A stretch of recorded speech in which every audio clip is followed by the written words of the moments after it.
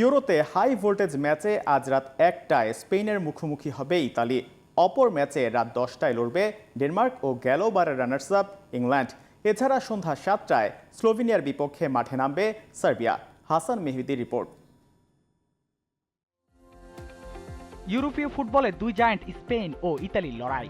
রোমাঞ্চকর এমন ম্যাচ দেখতে মুখিয়ে আছে পৃথিবীর আনাচে কানাচের ফুটবল প্রেমীরা। জয় পরাজয়ের চেয়ে বল দখলে রাখার উত্তেজনা ফুটবল প্রেমীদের এনে দেয় প্রতি মুহূর্তের বাড়তি আনন্দ। নজর কাড়া পারফরম্যান্সে ইউরো যাত্রা শুরু স্পেনের। প্রথম ম্যাচে ক্রোয়েশিয়াকে ৩-০ গোলে উড়িয়ে দিয়ে বার্তা দিল তারাও শিরোপার অন্যতম দাবিদার। লুইস এনরিক পরবর্তী ডাগআউটটা ভালোভাবেই সামাল দিচ্ছেন নতুন বস লাফুয়েন্তে।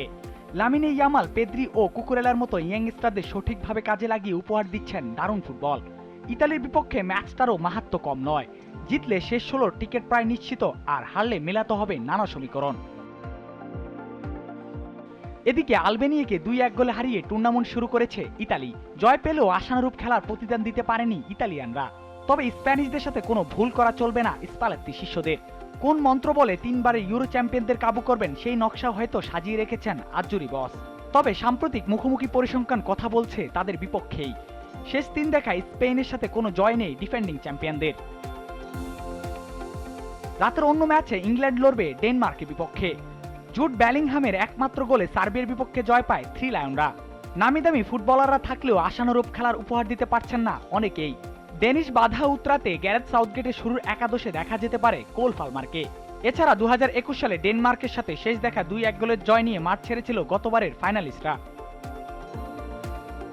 অন্যদিকে ভালো হয়নি ডেনমার্কের শুরুটা। গত ম্যাচে এগিয়ে থেকেও স্লোভেনিয়ার বিপক্ষে ১-১ গোলের ড্র নিয়ে মাঠ ছাড়তে হয় তাদের। এবার তাদের সামনে বড় বাধা ইংলিশ সেনারা। ইংলিশদের থেকে ৩ পয়েন্ট কেড়ে না নিতে পারলেও কপালে হয়তো দুর্দশায় অপেক্ষা করছে ডেনিশদের জন্য। তাই হয়তো এরিকসেন, হুয়েবার, খয়লুন্দের পায়ের জাদুর দিকে তাকিয়ে থাকতে হবে ডেনমার্ক বসকে। হাসান মেহেদি, জিটিভি নিউজ।